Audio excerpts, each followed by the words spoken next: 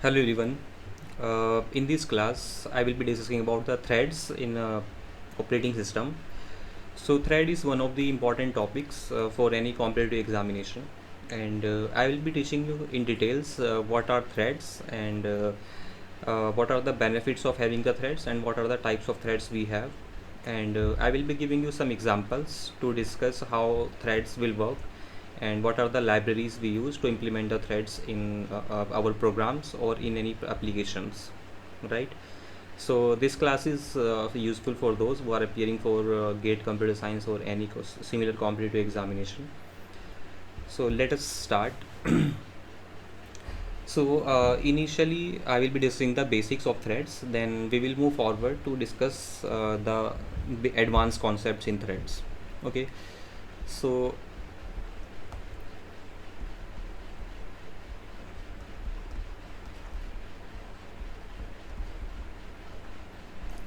this topic is from the subject operating system.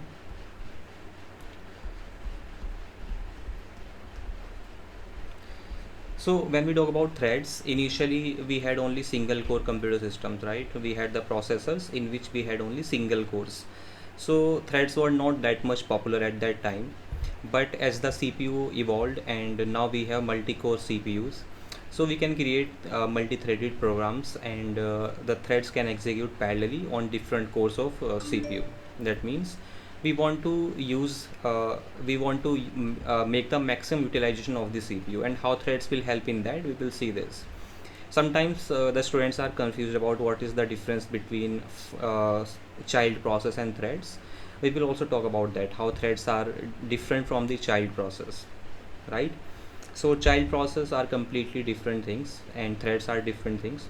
So for example, when you make a fork system call, a child process will be created and it will be having the same data and address space. Means you will create a copy of the of the parent process, right? Child process will be an exact copy of the parent process, and they will start executing from the next instruction in the line. But you can replace the image of the child process by using a system called as exec, right? Exec. But how threads are important, how they will be different from child process, that we are going to discuss, right? So if we talk about the processes without threads, so when we talk about processes, so by default, if we talk about any process, they will be single threaded, right? So process executes as single threaded process. That means there will be only one thread inside the process by default, and it will be a single threaded process. But as we have multiple cores in our computer system, so it is sensible to create multiple threads in the program, so that we can have the maximum utilization of the CPU, right? So if we talk about threads are nothing but simply lightweight process. So why we are calling it lightweight? A thread is a lightweight process. So I'm calling it lightweight process because it is easy to create thread than the process. Plus there will be some things which threads will share from the process and some things they will be having their own. Okay, what are the things shared by all the threads of the same process, and what are the things they will be having their own, that we are going to discuss, because there are lots of questions on this. What are the parameters of a process shared by the threads, right? So a thread is a simple lightweight process, and a process may be a single threaded or multi-threaded, right? It may be a single threaded or multi-threaded process. Multi-threaded process simply means that there will be multiple threads inside this process. Okay, so if a process is having multiple threads, that means it can execute concurrently, or you can say it can perform more than one task at a time. So if you have more than one thread inside a process, this process can perform multiple tasks at a time. So if a process has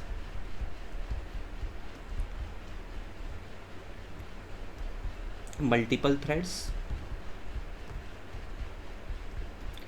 then it can perform more than one task at a time.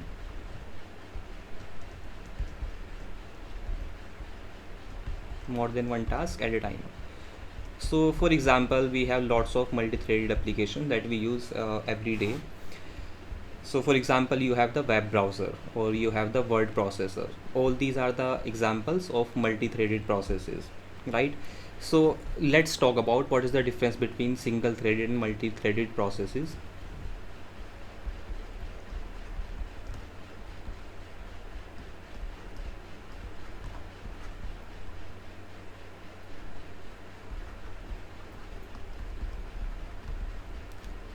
So when we talk about single threaded process, that means in this we will be having only one thread, right? So for example, let's say you have this process,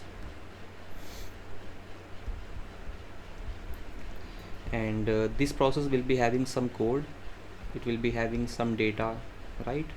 It will be having some program counter value and all these things, right? It will be using some registers, it will be using some program counter. So if you talk about single threaded, that means there will be only one thread in this process, right? But if you talk about multi-threaded process, in this we will be having multiple threads. So for example, let's say this is your multi-threaded process. So let's say we have three threads in this process. So there will be some things which will not be shared by all the threads. That means they will be common. There will be some parameters of a process that will be shared by all the threads. For example, all the threads will be having the same code, they will be having same data, that is variables, and they will be using maybe same files. But there are some things which every thread will have its own. So for example, every thread will be having its own stack, right? And they will be having their own program counter. So let's say there are three threads, so there will be three stacks and three program counters. So this is, let us say, the thread 1, this is thread 2, this is thread 3. This simply means that this is multi-threaded process, and all these threads, these three threads will be having same code, same data and same files, right? So this simply means that they will be sharing the same code. Maybe one thread is executing one function, another thread is executing another function, but they will be the part of the same code. But every thread will be having its own stack and its own program counter, right? So what are the things that are shared by the threads and that are not shared? For example, a thread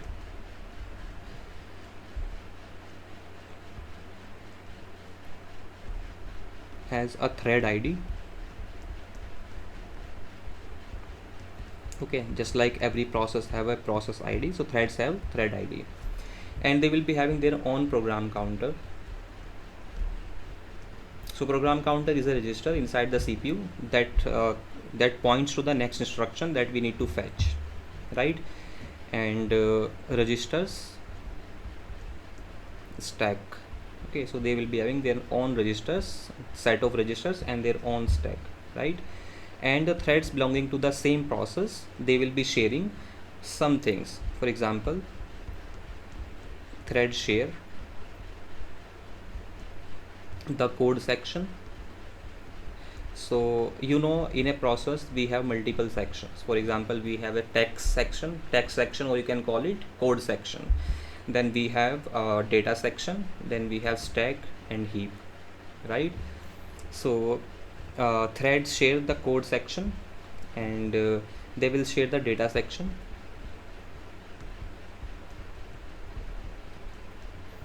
and they will be sharing other resources like files and devices. So simply means that the code section, data section, files and devices will be shared by all the threads of the same process, and the threads will be having their own thread ID, their own program counter, their own registers and their own stack, right? So if we talk about the examples of the multi-threaded process, for example, we have the web browser, right? So web browser nowadays are multi-threaded processes. For example, web browser is a process. but inside this web browser it will be executing multiple threads. Okay, there will be a thread that will be fetching images from the web server. There will be threads that will be fetching uh, some file from the web server. There will be a thread that will be accepting the input from the user, and there will be a thread that will be displaying some content on the web browser. So for multiple tasks we will be having multiple threads, right? So we may have various threads for images, for showing images on the web browser. Okay, for network communication we may have a different thread, and for example taking the user input we may have a different thread, right? And if we talk about one more interesting process, that is called as MS Word, or you can say word processor, or you can say simply MS Office in your terms. So a word process is a process, but inside web processor there are multiple threads are running. Okay, you see when you are writing parallelly, it is also checking for grammatical mistakes, right? So it is because it have different threads, right? It have the separate threads. It have separate thread uh, for taking input from user, right? It may have a separate thread for displaying the graphics,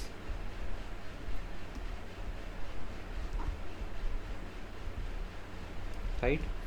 It may have a separate thread for checking the grammar. So all those things are happening in parallel, and it is possible because we have multiple threads inside a process, right? If this word processor was a single threaded process, then you will not be able to do the all these things parallelly. What you will be doing is, first you are writing something, then it will show something on the output scheme, then it will be doing the graphic checking it will be checking for grammar mistakes, right? So all these things will be happening in sequential manner. Okay, you will not be able to do all these things in parallel, right? So remember, to do the things concurrently you do not require multiple cores on a processor. You can do concurrent processing using a single processor also. For example, we have multitasking processors. In multitasking operating systems, what we do is we switch between the processes, right? It kind of a primitive system in which multiple threads are running. For example, you have process P1. Inside process P1 you have 4 threads. So all these threads can run concurrently, and they will be switching between each other. And there is a difference between parallel and concurrent, right? Concurrency and parallelism are two different concepts. We will talk about what is the difference between concurrency and parallelism, but for now understand that when on a single core there are multiple threads which are switching, this is simply the example of concurrency. Okay, means they are not running parallelly. All these 4 threads are not running parallelly, but it is a illusion for the user that all these things are running parallelly, because they are switching between each other so frequently that user is not able to notice this change, right? So anyways, nowadays we have multi-core processors, so we can implement both, that is parallelism also and concurrency also, right? Concurrency means that the threads are switching between each other on a single core system, means only one thread is running at a time. At a given point of time only one thread is running. But in parallelism we have, let us say, 2 cores and we have 4 threads, so we can distribute 2 threads to each processor. And let's say processor P1 is running thread T1 and processor P2 is running T3 thread. So like this they will be running parallelly. On a single core, the thread T1 and T2 are running concurrently, and on the second core, the thread T3 and T4 are running concurrently. But on these 2 cores, the thread T1 and T3 are running parallelly, right? So don't worry about that, but we will discuss this in details. What is the difference between concurrency and parallelism, right? So if you have multi-core systems, in multi-core systems, for example, you have i3 in which we have 3 cores, i5 in which we have 5 cores, i7 and i9, like we had initially dual core processors, quad core processors, right? So that means we have multiple cores on a single chip. Remember, we have only one processor, but there are multiple computing cores on the single processor, on a single chip, or you can say chip or processor, you can use interchangeably. Okay, so if we have multi-core system, we can perform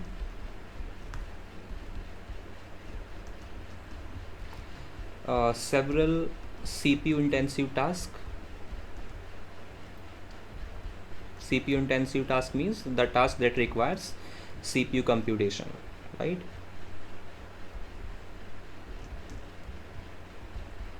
In parallel using multi-threading.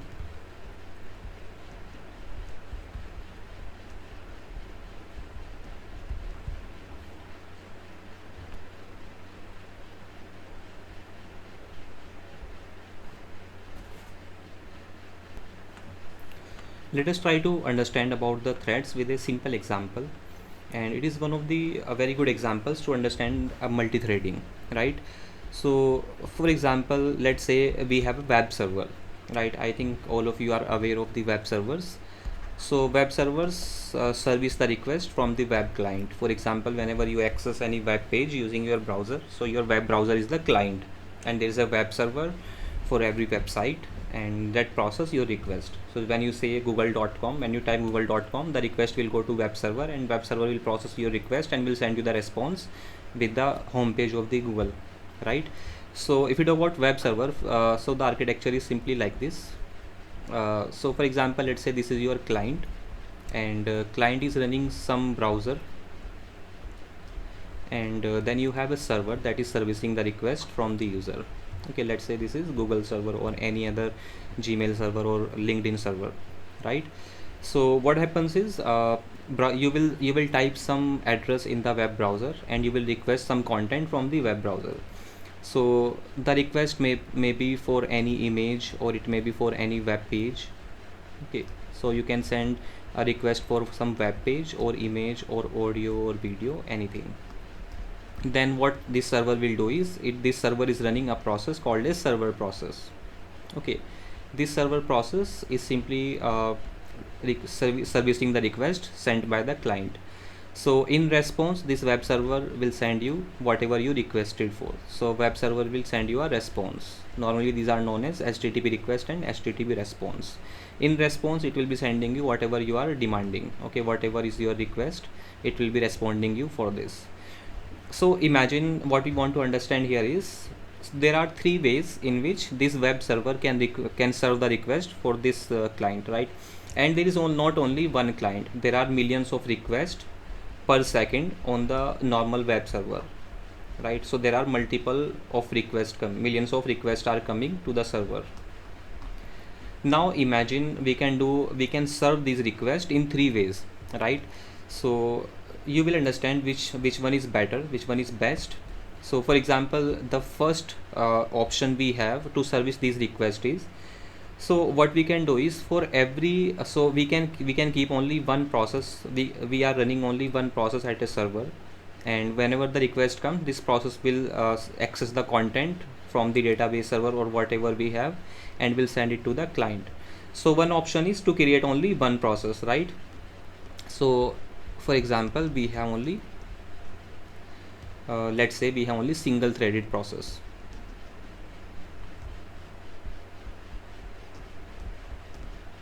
Okay, so if we have only single threaded process, what is the issue with this single threaded process means that there is only one process running, and whenever any request come from the client, this process will respond to this particular client. This as you would have understood, what is the disadvantage with this scenario is that server will be able to serve only one request at a time. Means there will be a long queue of requests. For example, there are millions of requests, right? And let's say server takes 10 milliseconds to service one request. So if you have a user in the queue which is in the millionth of position, it will take lot of waiting time for this particular user to service the request, right? Means in this you will be having poor response. Okay, you will be having poor response time. you have only one process and you are not creating other process for another request.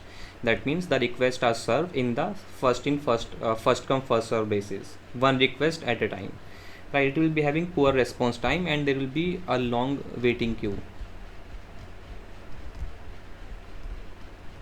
So this is the simplest model that you can implement with the web server.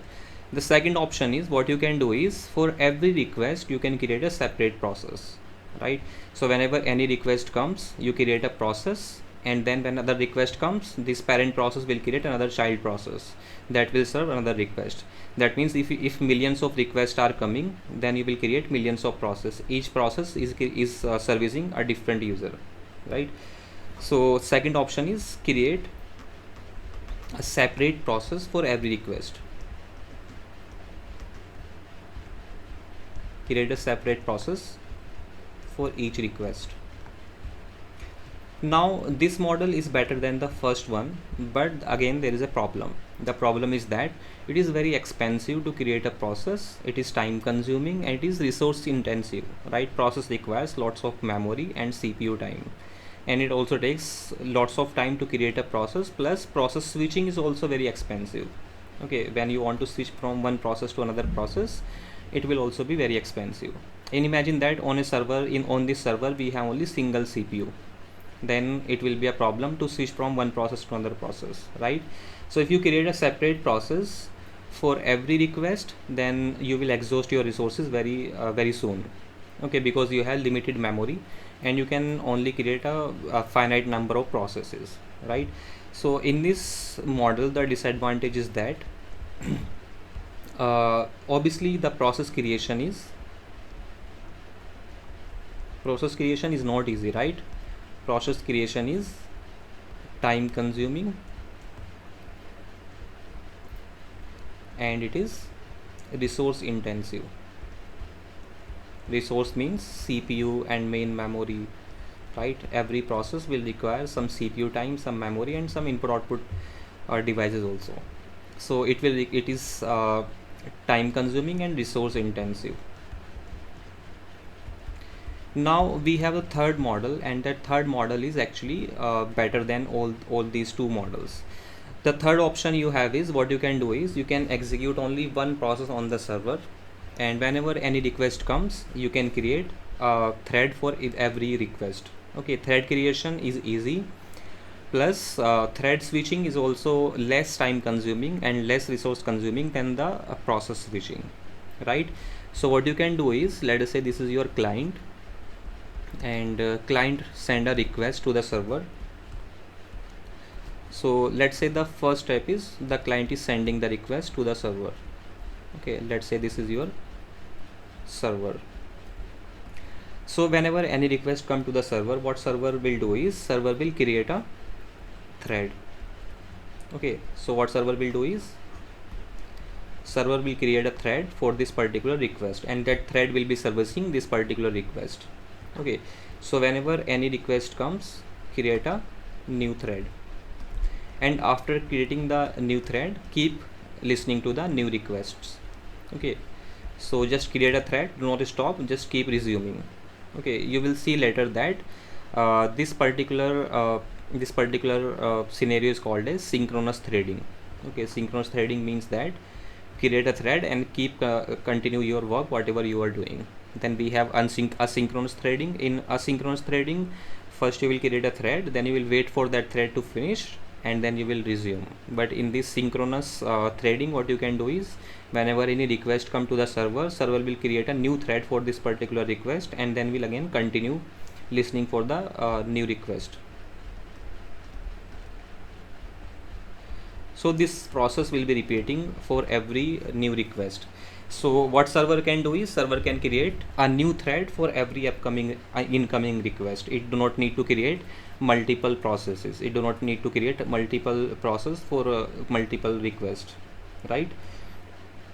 So this is a very good solution for the web server. So this is called as multi-threaded web server. In the multi-threaded web server, initially only a single process is running on the server that will handle the request of the client, and that process is called as web server process, right?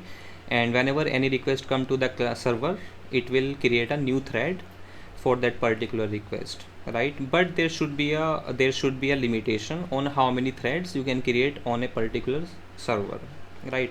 And that depends actually on number of cores you have on the server. If you have 16 cores, you may create 16 threads or less, but it is not fixed. It is not, there is no hard and fast rule that if you have only 16 cores on your server, then you can create only 16 threads, but it depends on the cores also, right?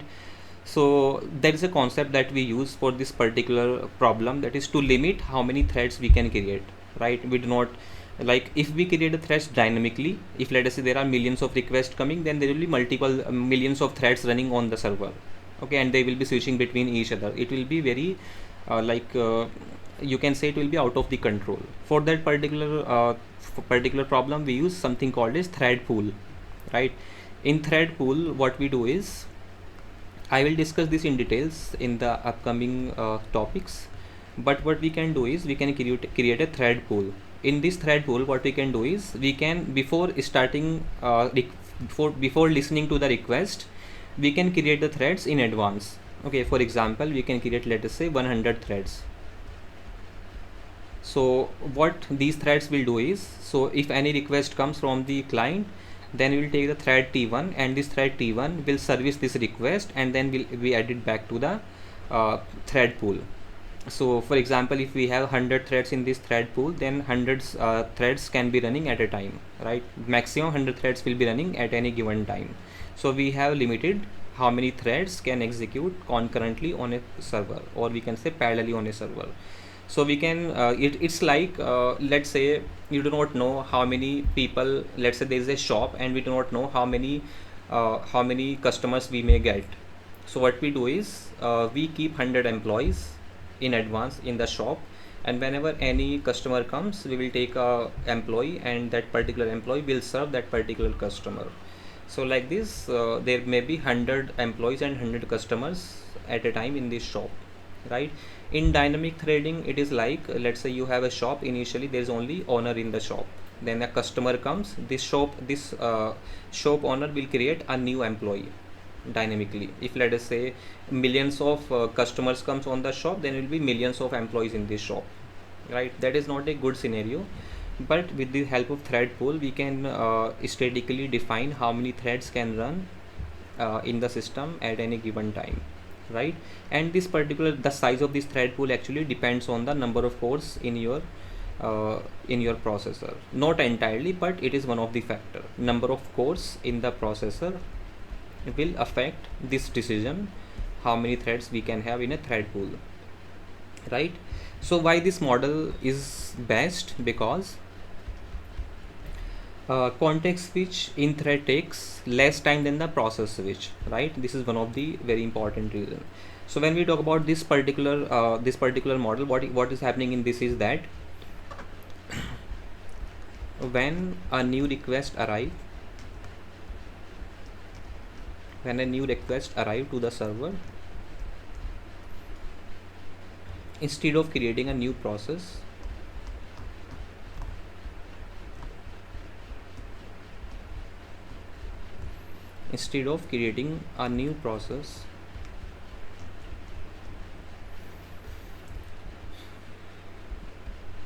create a new thread. Okay, create a thread to service the request.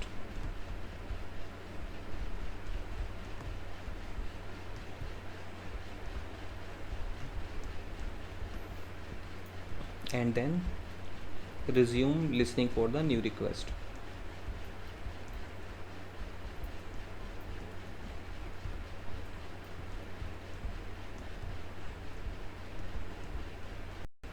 Okay, this is the best possible solution for the web server, right? If you are implementing a web server, then you should be using multi-threading.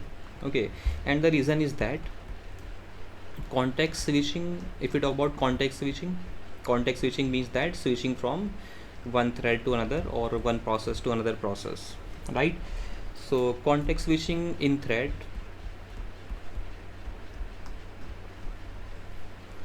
takes less time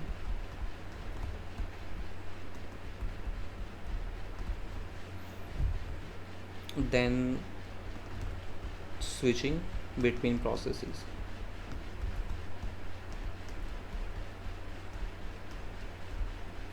One reason for this is that it takes less time. So let us say TC is the thread switching time, and let's say uh, TEP is the thread process switching time. So thread switching time will be far less than the process switching time. Okay, the main reason for this is, for example, if we have user threads, then the switching between user thread is simply like switching between the function calls. It is simply a function call inside a program, nothing else. But if you are switching from one process to another process, then you will have to involve operating system also, right?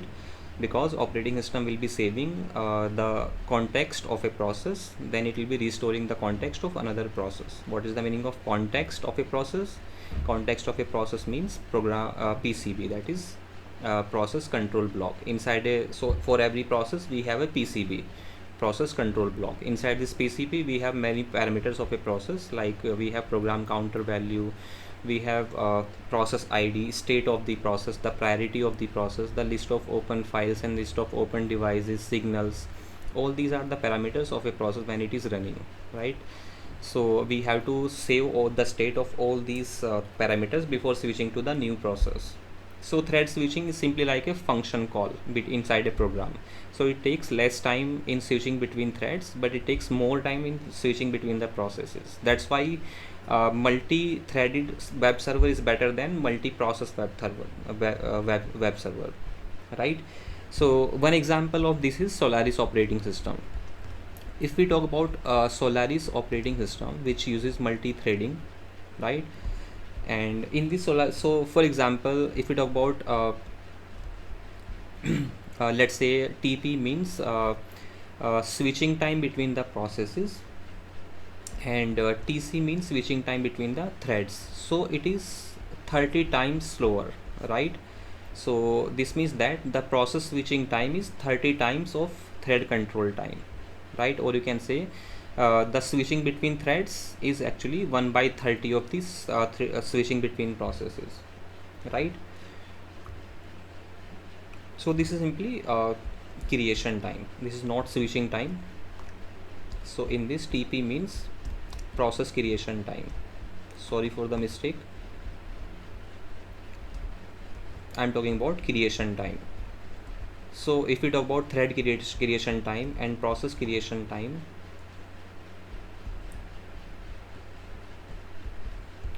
if we talk about thread creation time and process creation time, so process creation time actually is equal to 30 times of the thread creation times, right? If let us say it takes 10 millisecond to create a thread, then it will take actually 300 milliseconds to create a process, okay, approximately. So if we talk about switching time, so for example, let's say TSP means switching between process,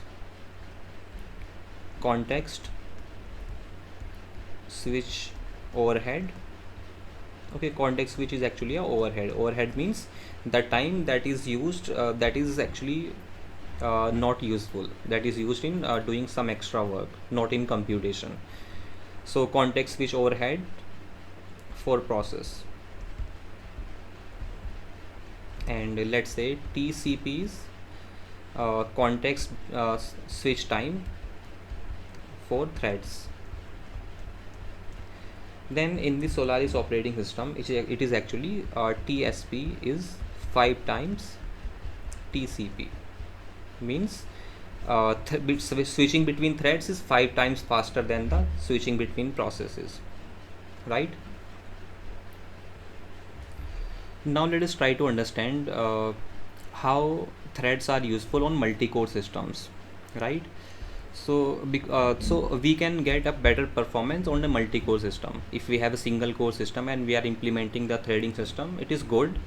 But if we have multi-core system, like in modern processors, we have multiple cores. If you talk about M1 chip or Apple, or if you talk about Intel chips, all are having multiple cores, right? So now that's why threads are more popular. threads and multi-core systems.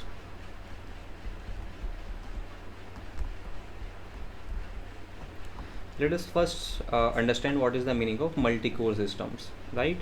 So initially we had only single core systems, so that's why threads were not that much popular, but now we have multi-core systems. Okay, and we have multi-core systems, so we should take the benefit of that, right? If we have a program that is, let's say we have a program in which we want to find the sum of n natural numbers or n integers. Let's say you want to find the sum of 40 integers and you have 4 cores. So what you can do is you can divide this task into 4 tasks, and you can give this each task to each core, so it will be 4 times faster, right? So if you talk about multi-core systems, in multi-core systems,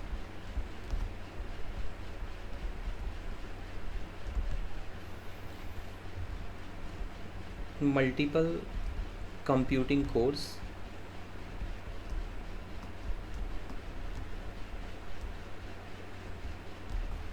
are placed on single processor chip. That means we have only single processor, but there are multiple cores on the single processor, right?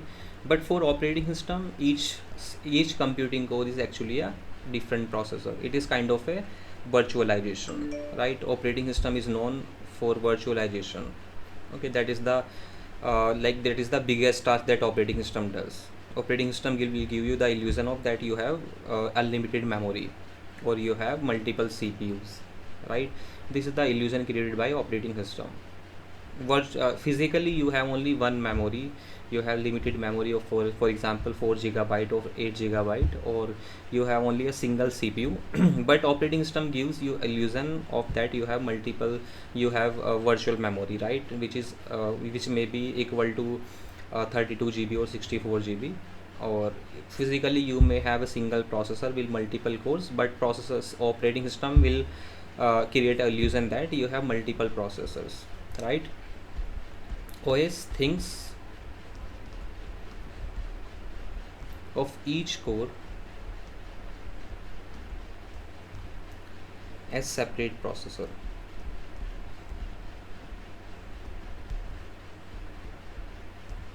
Okay, so for example, let's take example. Let's say we have a process which 4 threads, and how it will work on single threaded and single core processor and multi-core processor. So let's say we have an application, and it is a multi-threaded application. It is having 4 threads. Okay, inside this application we have 4 threads. So if we are using, let us say, multi-programming or multitasking operating system, or you can say time sharing operating system, in which we can switch from one process to another process, that means multiple process can run concurrently. So the scenario will be like this. So let's say T1 is running, then it may switch from T1 to T4, then T4 to T2, from T4 to T3, right? Like this. So this is the context switch. This is context switch from T1 thread to T4 thread. This is called as concurrent execution.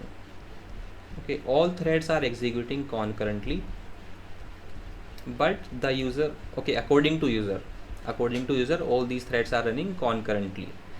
So you can see the output of each thread, but there is a context switch, and it is so frequent that user will not notice that. User will think that all threads are running concurrently. For example, in your when you are using Microsoft Office, or you are using let's say web browser, there are multiple threads are running in this single web browser process, right? And they are switching between each other. This is called as concurrent execution. So this is the single core CPU, in which we have only single core. Okay, so if we have multi-core CPU, for example, let's say we have 2 cores on a CPU. Okay, let's say we have these 2 cores. Let's call this core 0, and we have core 1. Okay, and there are 4 threads on a we have 4 threads in application. So now what if we have 4 threads, what we will doing is we will distribute 2 threads to this particular core and 2 threads to this particular, let's say T1 and T3 is running on this particular core, and T2 and T4 will be running on this particular core, right? So if you see this particular core, on this core, this T1 and T3 threads are running concurrently, and on this particular core, T2 and T4 are running concurrently. But on these two cores combined, the thread T1 and T2 are running parallelly. T3 and T4 are running parallelly. So this means that the thread T1, T2, T3, T4 are running parallelly. Parallelly means they are running at the same time on different CPUs, different cores, right? They are running parallelly. So they are running concurrently, and now they are running parallelly like this. So there is a difference between parallelism and concurrency, right? So this is called as concurrent execution, when multiple processes are switching between each other, right? At a particular time, for example, let's say time t0. At time t0 only thread t1 is running. At time t1 only thread t4 is running. But in this particular scenario, at time t0 the thread t1 and t2 are running, because they are on the separate cores. T1 is running on the core 0 and T2 is running on the core 1. So this T1 and T2 are running parallelly, because they both are running at T0. In this case, they both are not running at time T0, right? But why we are calling it concurrently? Because before finishing T1 we can start T4, before finishing T4 we can start T2. So all the threads are in execution, means multiple threads are in execution at the same time. They may not be computing at the same time, right? So processor will be switching between these cores. Okay, so this is interleaved execution. Interleaved means operating system is switching between threads, okay, frequently. So I hope you understood this particular example, and you will understand the importance of threads in multi-core systems. So when we talk about parallelism, it is of two kinds. Okay, so parallelism can happen in two ways. What I mean to say about this is that so when we talk about types of parallelism, so imagine that you have two cores, right? You have a CPU with two cores. So there are two kind of parallelism you can implement. First one is called as data parallelism,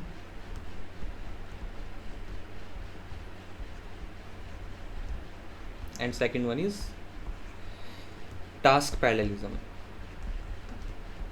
In simple words, if I say, data parallelism means that you are distributing the data between two cores, but you are doing the same task on this data. Okay, data is being distributed between two cores, and both cores will be doing this, will be performing the same task on this data, right? When we talk about task parallelism, this simply means that the data will be given same to both cores, but task will be different for both cores. Okay, so let's understand them in more details. When we talk about data parallelism,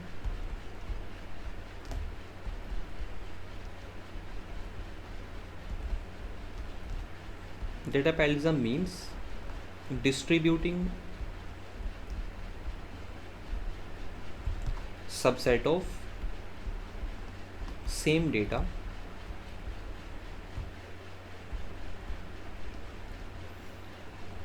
across multiple cores. I will also give you an example. And performing same operation.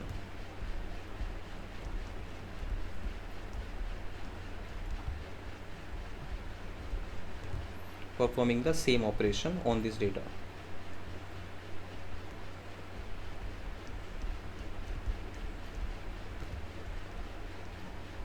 Okay, so for example, let's say we want to find the sum of n integers.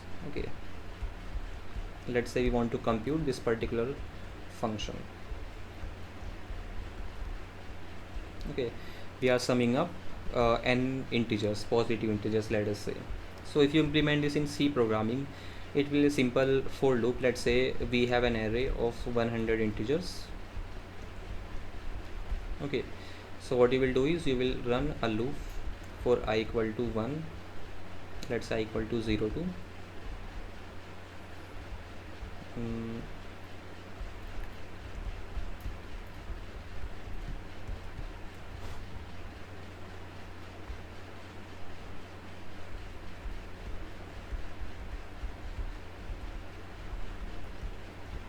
okay, you can initialize the array with numbers. So from 0 to 99 or 1 to 100, you can initialize this particular array dynamically or statically, however you want. Okay, so this will be a simple program if you are running on the single core system, right? On a single core processor, this will be a simple task. But if you have two cores, what you can do is you can divide this into two tasks. Okay, manually I'm telling you, but there are libraries for understanding purpose I'm telling you, but there are libraries that will do this task automatically. So what you can do is you can add the first n by 2 numbers. Okay, first 50 numbers you can add on a on its separate core. For example, you can do like this, and then for I equals to n by 2 to n, you can add on another processor. Okay, so what will be happening is inside the processor, this particular function will be executing on core 0. Let's say you have only two cores on a processor, and this will be executing on core 1, right? If you have a single core operating system, if let us say the single core operating system takes 10 milliseconds to execute this particular program, okay, complete program, to find the sum of n natural number, n integers, positive integers.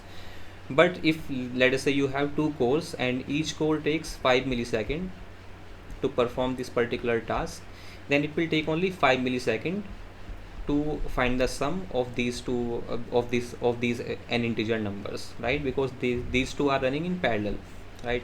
This sum and this sum is happening in parallel.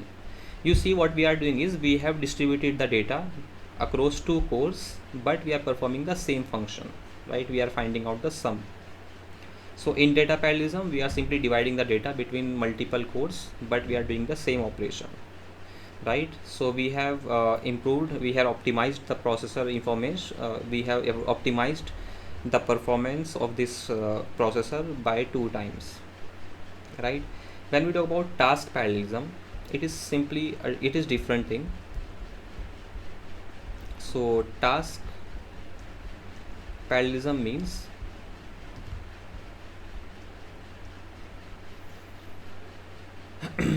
distributing the task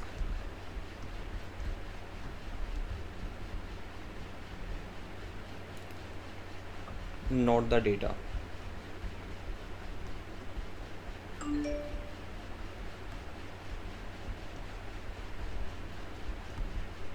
Means that let us say you want to perform two operations on an array, right? So imagine this problem like this. So for example, what you want to do is you have something like this. You have, let us say, 100 integers, and what you want to do is you want to perform two operations on these integers. First, you want to find out the sum of these numbers, and second, you want to perform the multiplication between all these numbers, right? So there are two tasks on the same data, that is on 100 integers. You want to perform two tasks, sum and multiplication. So in the task parallelism, what you can do is you can execute this particular task on the core 0, and you can perform this particular task on core 1, right? So you can do these two things in parallel, right, instead of doing them sequentially. So what if you have a single core, what this how this loop will be executing? So first it will be adding, then it will be multiplying, right, sequentially. First add, then multiply. But in this case, what it will be doing is it will be adding and then multiplying, right? So it will be adding and multiplying concurrently, or you can say parallelly, in two different cores. You can make a separate thread for this particular task, and you can make a separate thread for this particular task, right?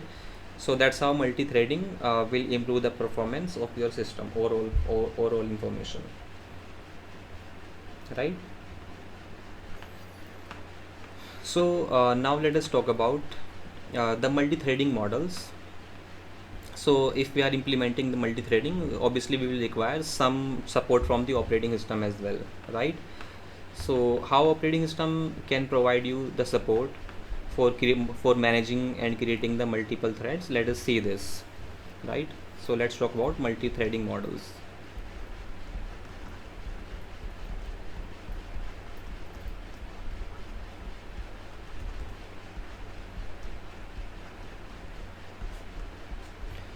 So why these multi-threading models, and what is the support given by the operating system for users, right? So first we need to understand is that when you talk about threads, there are two kind of threads. Okay, there are user threads that are created and directly managed by the users. There is no intervention of the operating system. Okay, you can write a Java program using multi-threading. So Java program, or you can say the Java libraries, can simply help you to manage and create these threads. And second kind of threads are kernel threads. Kernel threads are created and managed by operating system, right? So if you have you know that in your memory you have two spaces, that is user space and operating system space. So let's say this is user space in which user process runs, and this is kernel space, that is where the uh, privilege instruction will be there, and the kernel process or threads will run, right? So if we talk about user threads, the user threads will run in the user space. That means they will be directly managed by the user libraries and users. Kernel may provide some support if you are using the kernel libraries. For example, we have Windows library, right? We have Windows API for creating the threads, and then we have Java library also, and then we have POSIX threads also. But they are different kind. All these are synchronous threading libraries, but it differs in whether they are used in the kernel mode or they are used in the user mode. We will talk about them, but for now understand that in kernel space the kernel threads will run, and in user space the user threads will run, right? So these are the user threads that are running in these are the kernel threads that are running in kernel space. Okay, so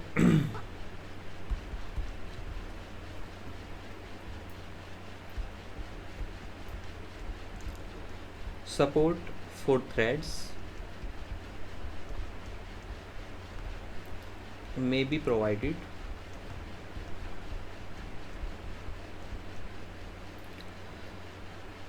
either at user level or kernel level. Means either you can use the libraries. Obviously when you are creating and managing the threads, you will require some API where there will be system calls or function calls, or you can say library calls, right? You will not write the function, right? You will not write the code for creating the thread. What you can do is you can directly call a function from the library that will create a thread for you and divide the task for you, right? You do not need to write the complete code for creating and destroying the threads. Okay, all those things can be done by APIs. uh, for example, we have POSIX threads. Okay, this is a library, and this library can be used either at the user level or kernel level. Okay, that depends operating system to operating system. Either some operating system will include them as the part of the operating system, or some of them can be used, some operating system can use them as external libraries. We have Java threads. I think all of you must have heard about the Java threads, and they are completely implemented on the user space. Okay, and then we have Windows API, and Windows API obviously is the part of operating system code. That means they are implemented in the kernel space. Okay, so user threads are supported above kernel space, that is directly managed by the users. So when we talk about user threads,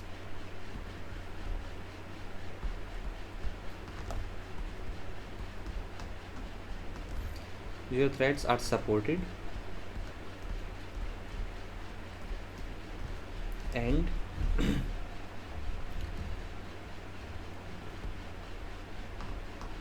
managed by users, right? That means you do not require any intervention from the kernel. अगर आपको दो threads के बीच में switch करना है तो simply it will be simply a library function call switch. Okay, that means you are calling from one function to another function. It is simply a function call. In case of kernel space, you may have to make a system call, right? Kernel threads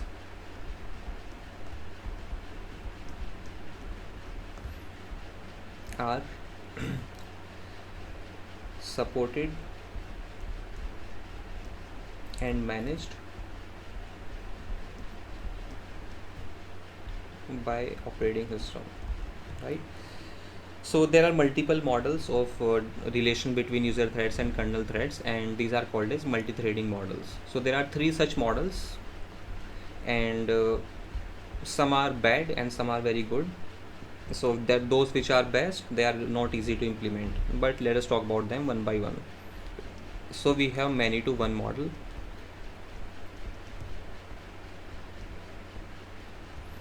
Then we have one to one model, which is better than many to one. We will see how. And this is the most popular. It means most of the 99% of the operating system use this particular model. The many to one, and then we have many to many. Many to many is best, but it is not easy to implement, right? So let's talk about these three models in details.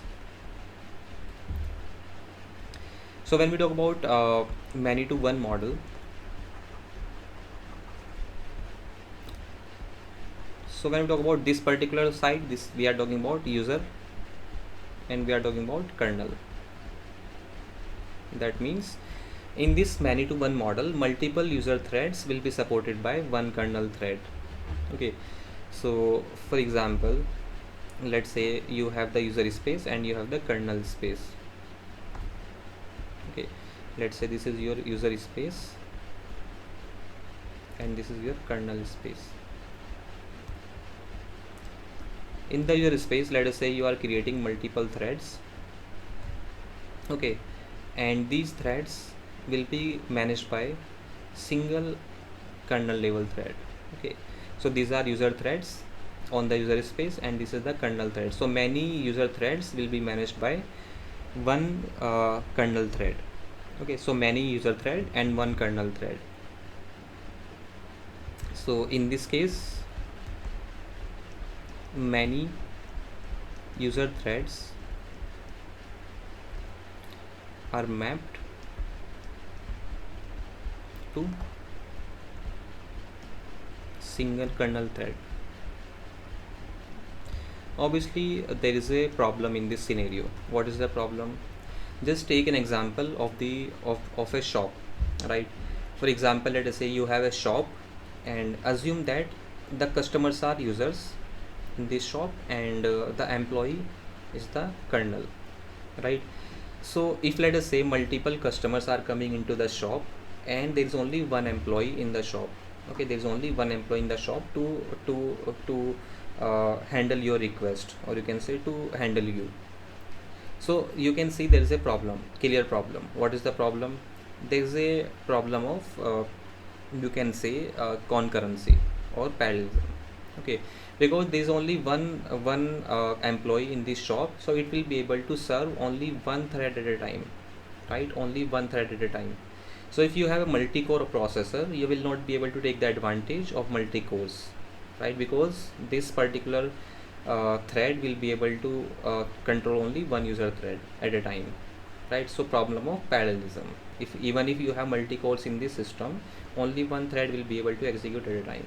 Another problem is that if one of these user threads make a blocking system call simply means that, so if a user makes a blocking system call, then whole process will block, right? Blocking system call means that this thread will make a system call and it will block until the result, so this process will block until the result of this thread is not returned, right? Once this thread gets the result from the system call, then this can continue.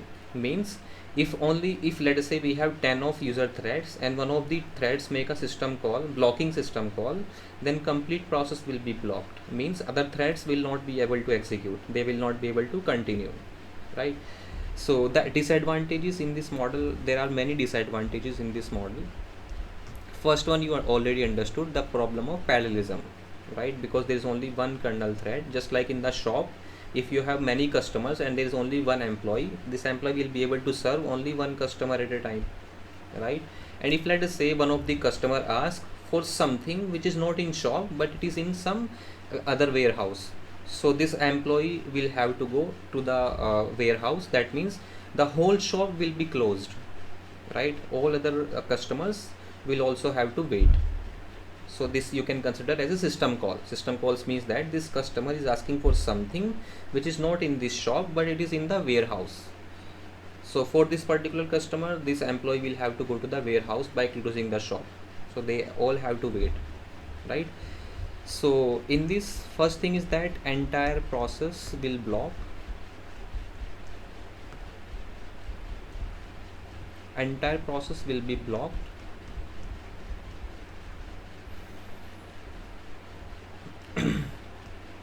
if a thread makes a blocking system call. Okay, if you are not sure about what is blocking system call and what is non-blocking system call, you should go and search on the internet the difference between blocking system call and non-blocking system call. So in simple ways, I can tell you that blocking system call means simply means that if this process makes the blocking system call, then it will be suspended until the result from the system call is not returned. Non-blocking system calls means that the process will make the system call and then it will continue, and in parallel the system call can also run in the kernel space, right? And the second problem is that one thread can access kernel at a time.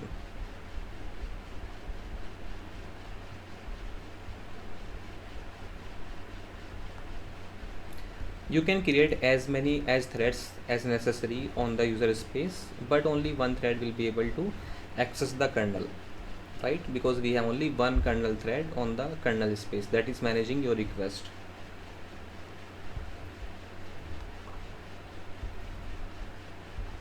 That means multiple threads, although you have created multiple threads, but they are not able to run.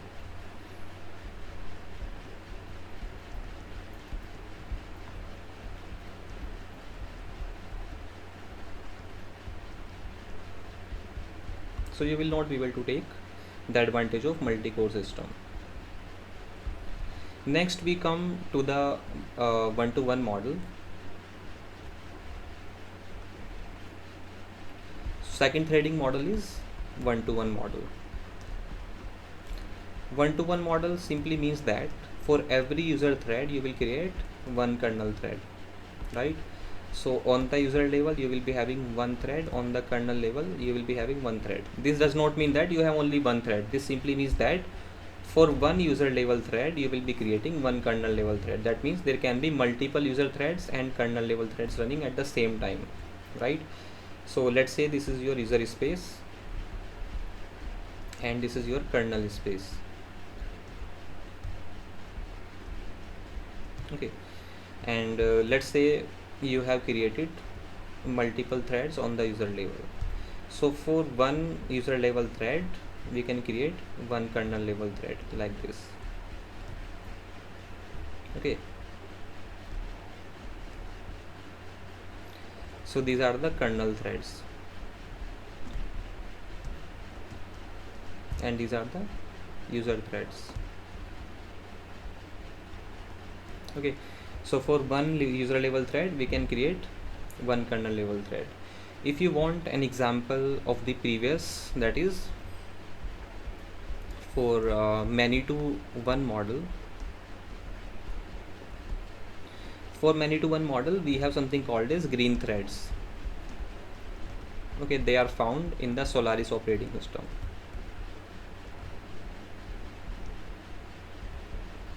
Okay, so in Solaris operating system, we have something called as green threads. That is a library for multi-threading, right? So in one-to-one model, what happens is one user thread is mapped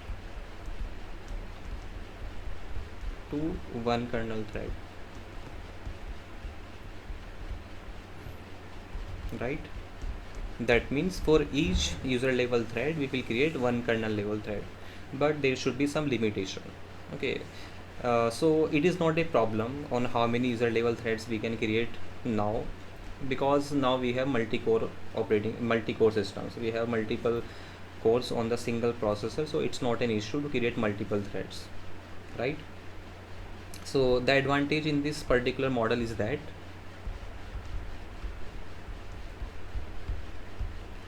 so it is having more concurrency than the many to one model.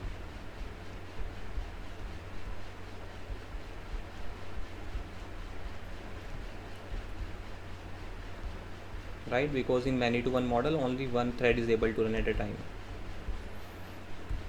Okay, and multiple threads can run concurrently, can run in parallel, right? What is the disadvantage? Obviously the disadvantage is only one, that is it requires to create kernel thread for each user thread.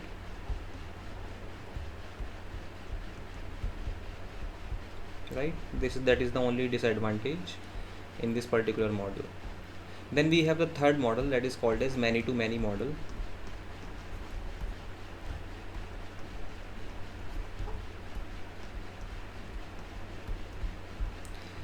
And so the example for, if we talk about one to one model, it is used in many operating systems.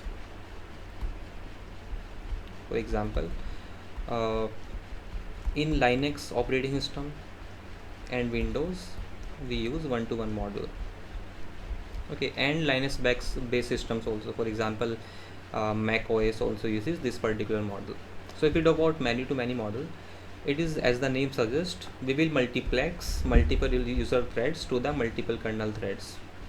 Okay, so for example, this is your user space and kernel space, and in the user space, let us say you have multiple threads, and on the kernel level thread you have multiple threads.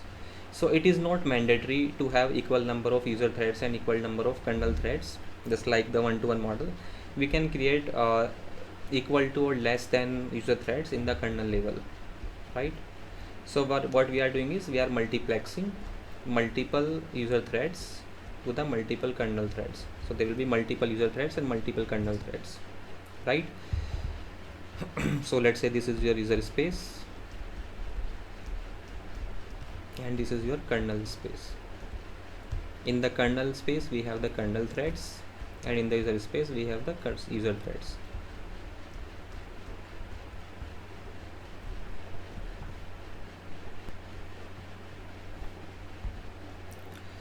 So what we can say about the many to many model is that, so this model multiplexes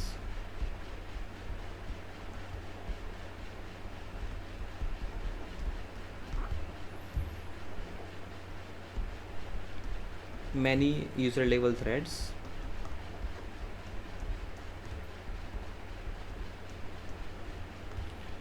to a smaller or equal number of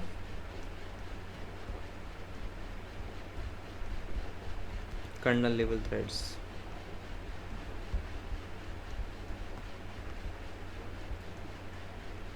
Right? How many kernel level threads or user level threads we can create, it may depend on the number of cores.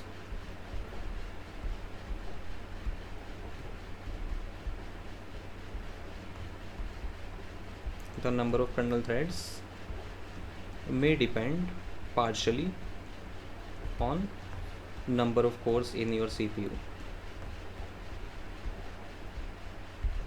Right? So these are the three models of multi-threading models. So that means we can say that many-to-many model is best, but it is complex to implement. Right?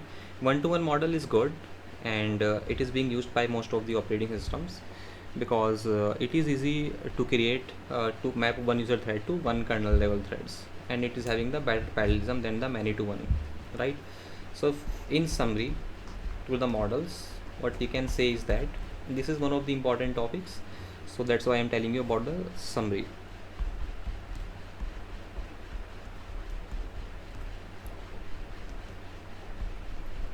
Many to one model allows the developer to create as many user threads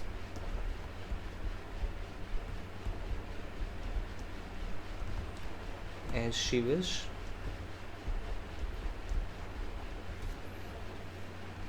but the problem is that kernel can schedule only one thread at a time.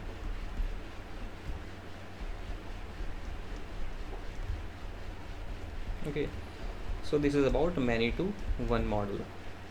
When we talk about one to one model, the one to one model allows greater concurrency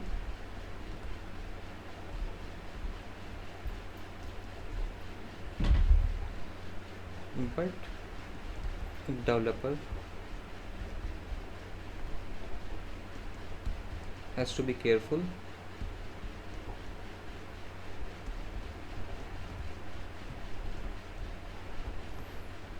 about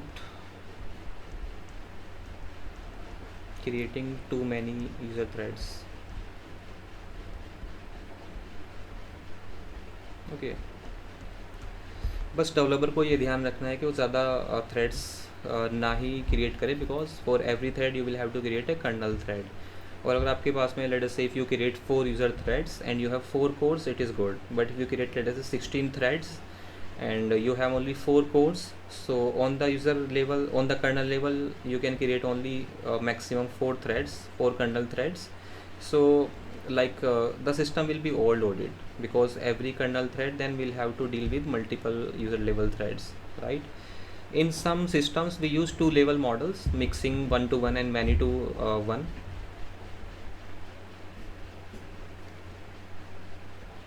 Next point in this summary is that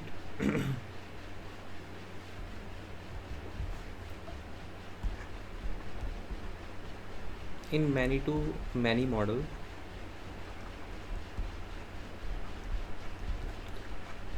developer can create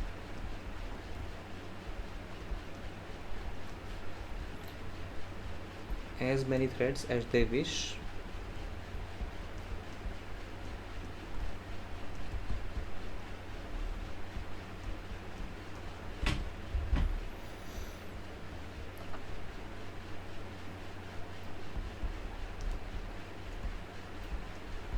the corresponding threads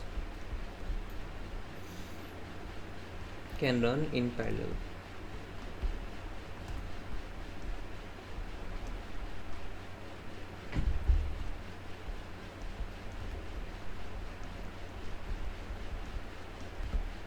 Okay, तो many to one और many to many में difference ये है कि अगर many to one में एक user thread ने ब्लॉकिंग सिस्टम कॉल करी तो पूरी प्रोसेस ब्लॉक हो जाएगी, बट ये प्रॉब्लम मैनी टू मैनी में नहीं है, because if one thread makes a blocking system call, then another we can multiplex other threads to other kernel level threads, because there are multiple kernel level threads and multiple uh, user level threads. It is like we have multiple customers and we have multiple employees in the shop, right?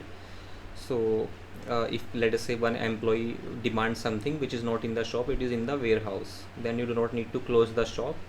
Other employees can service the request of other customers, right?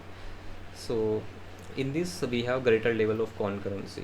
In one to one, it is like let us say if one customer is coming, then you are hiring one employee, then second customer comes, you are hiring second employee, if the third customer comes, then you are hiring third employee. Dynamically you are hiring the employees, but you need to be careful about how many employees you will be hiring, because then your resources will actually be used, so lots of resources will be used then. So you'll be very careful about how many employees you are hiring, because for every customer you are hiring one employee. So you can do this statically. You can create a thread pool and you can create the threads and keep in the thread pool. Whenever any customer comes, you can, like, it's like you can create multiple employees as a part time, right? Whenever any customer comes, you call them, they will service this employee, then will go back to their pool, right? So many to many model is difficult to implement. That's why most of the operating system like Linux and Windows are using one to one model. So this much is enough to know for any competitive examination in the thread chapter. Now I'll be talking about the thread libraries, and it is optional for you to study. If you don't want to know about the thread libraries, you can stop the class here. But I'll be talking about thread libraries. That is optional for you. If you want to know in details about the thread, that means if you want the completeness of this chapter, then you should really watch what I'm going to discuss in thread libraries. Okay. So as I told you earlier that the thread libraries can be provided either in user space or in kernel space, right? So if we talk about a thread library, what is a thread library, right? So as you know, the library is nothing but simply a API. API means that if we talk about in the language of object oriented programming, then this API is the collection of methods and classes that you can use directly in your program to create the threads and to manage the threads, right? So a thread library, that means you do not need to write the code for creating a thread. You can directly call, or you can create object of a thread class, and you can use it. For example, in C programming, you can add it as a header file, right? So p threads can be added as a header file, and then you can call whatever functions are declared in this particular library, or whatever macros are declared in this particular library. So a header file is nothing but simply a declaration of lots of functions, and these the code of these functions are provided to you in the form of object files that are linked at the time of linking. So a thread library provides the programmer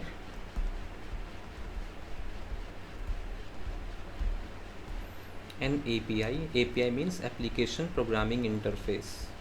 Okay. So inside API you have, it is like simply header file in the C programming, or like libraries in the Java, or namespace in a .NET, right? So an API for creating and managing threads.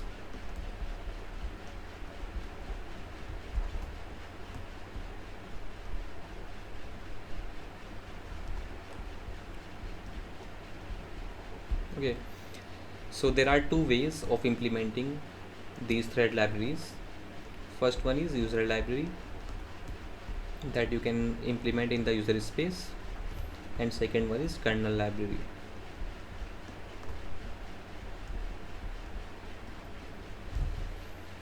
So what is the difference between these is simple. If you talk about user library provides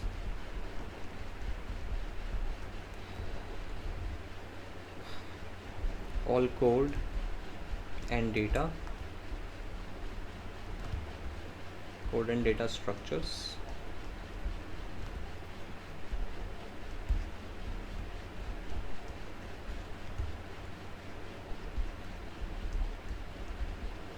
exist in user space.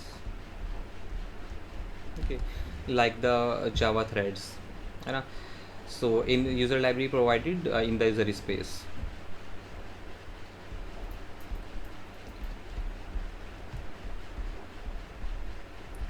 User library are provided in user space, and all code and data structures for library exist in the user space. Means you can make the call to any function in these libraries, and it will be a simple function call.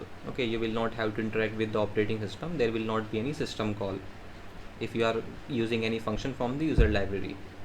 Okay, so simple. This point is also important. Invoking a function results in local function call, right? In user, if the library is provided in the user space, then if you make a call to any inbuilt function, then it will be simply a call to local, it will be simply a local function call inside your program, right? In user space.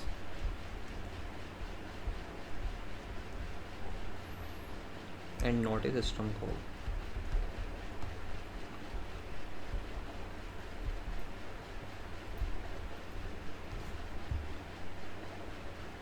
If it about kernel level libraries, the kernel level libraries are provided in the kernel space.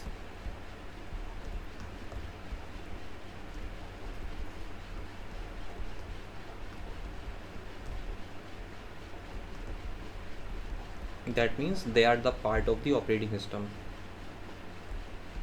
They are directly supported by operating system. Means you do not need to install anything. They will come with the code of operating system. Once you install the operating system, you can start using these libraries because they are the part of the kernel space, right? They will come with your kernel. Kernel is the core part of the operating system. So if we use the code and data structures in these libraries, code and data structures exist in kernel space. And from here you must have understood that any call to any function will result in the system call, right? Because system call is nothing but the function call in the operating system. So in this operating system will be involved. Calling a function in the API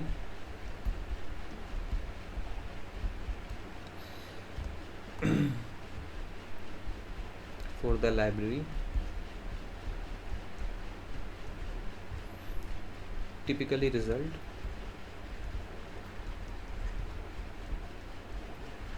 in system call to kernel, right? So there are three main libraries that are used in most of the systems, which we already talked about. The first library is POSIX pthreads, implemented in C programming, right?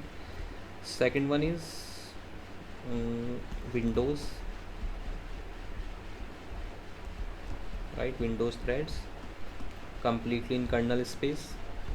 Then we have Java threads, completely in user space. Okay, so you have the choice for using any of these libraries. So these POSIX or pthreads can be used in user space or kernel space.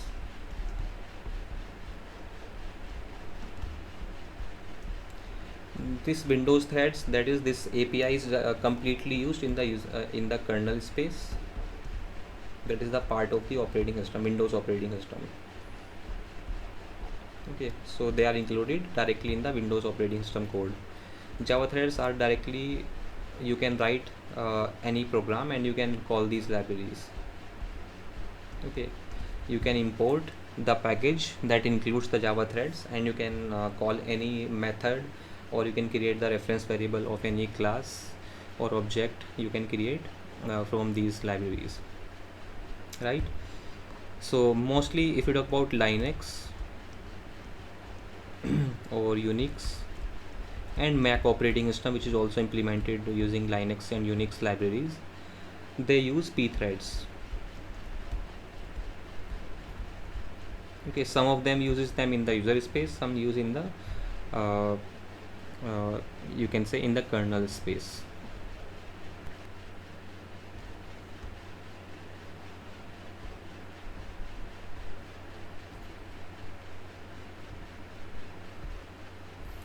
So last topic, last 5 minutes, let's talk about what is the meaning of asynchronous threading and synchronous threading.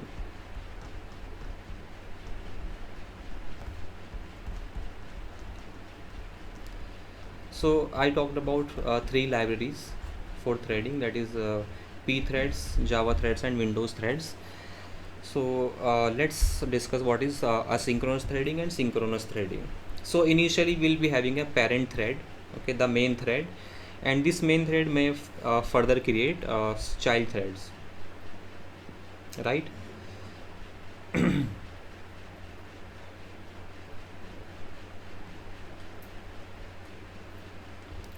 So in asynchronous threading, if a main thread creates multiple child threads, then what parent will be doing is parent will continue doing the work and the child will also continue. That means parent and child will be executing concurrently.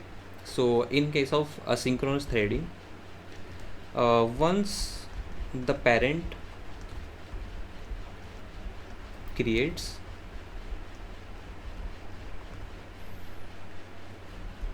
child thread,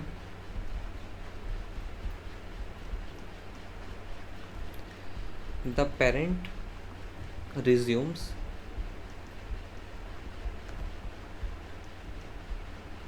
its execution. Parent and child executes concurrently.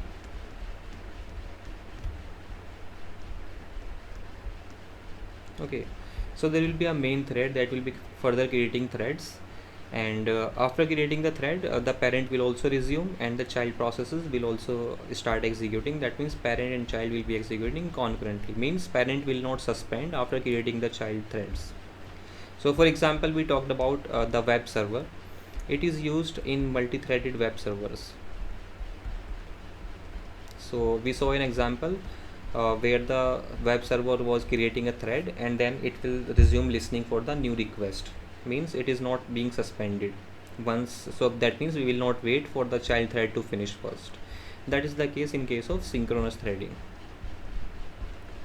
So if we talk about synchronous threading, the libraries that we talked about, that is Java libraries and Windows API and pthreads, all these are the examples of synchronous threads. This simply means that after creating, let us say we have a main thread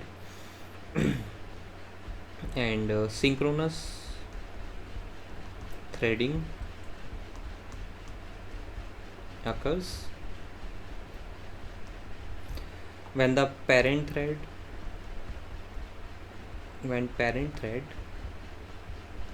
creates one or more threads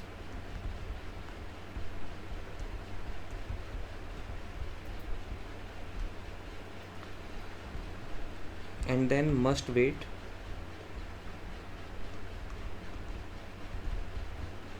for all of its children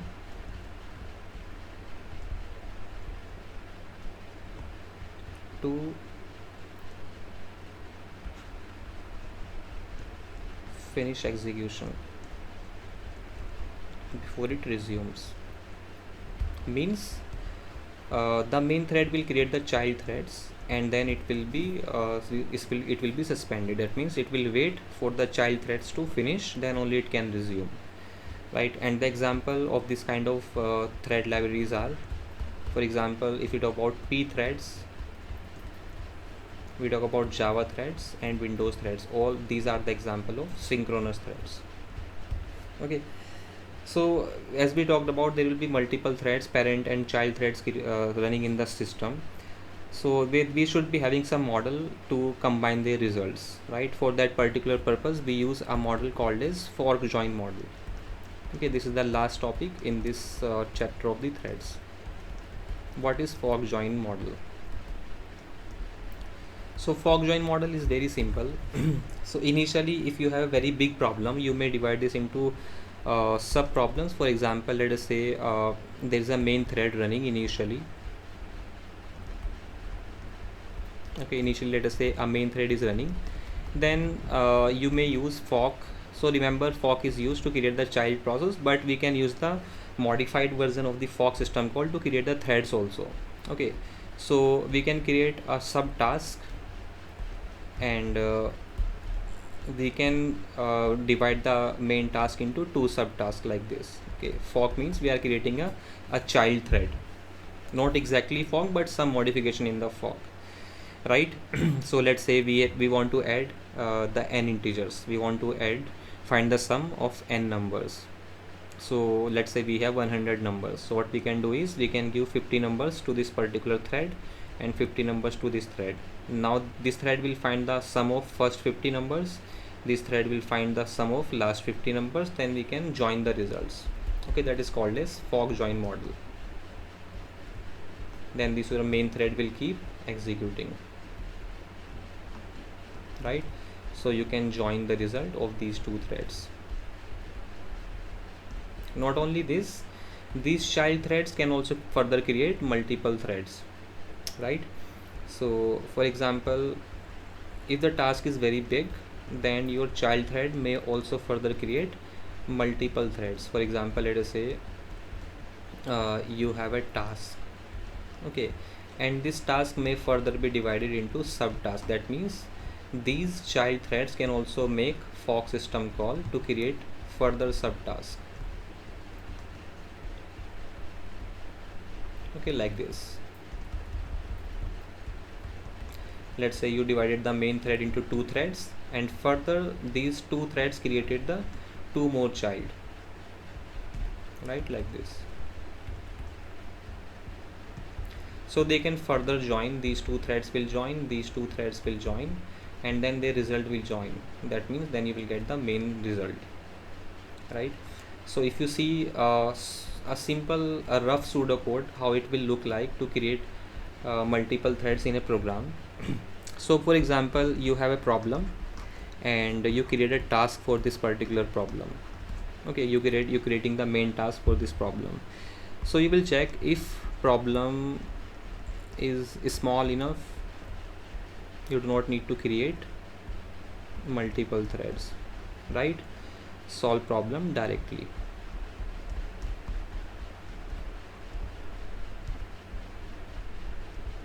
If the problem is small enough, right? Else what you can do is you can divide this task into subtask 1. So subtask 1 will take the sub problem as a part. Okay, fork new task, and it will take the subset of the problem. Okay, this is the first subtask you have created with the help of fork system call, which will take the subset of the problem. Then you can create one more subtask. Let us say you have only 2 cores in your system. So fork new task and then subset of the problem, right? So these two subtasks will be solving this problem partially. Then you will be getting the result 1,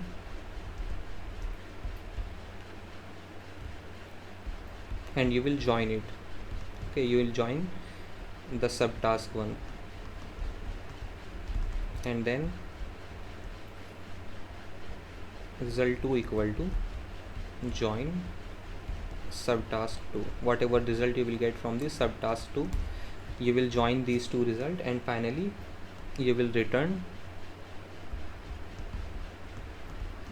combined result, and the combined result will be the combined of result 1 and result 2, right?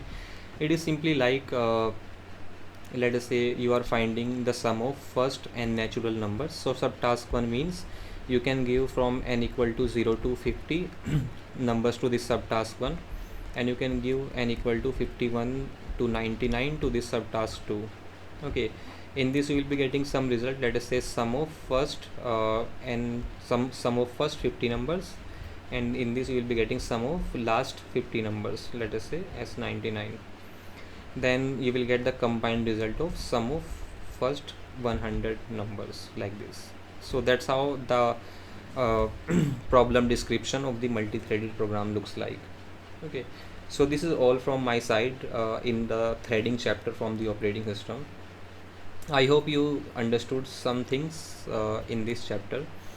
If you liked this lecture, please write a comment in the comment box, and also share this video, and hit the like button, right? It will encourage me to create more videos in depth from the operating system chapter.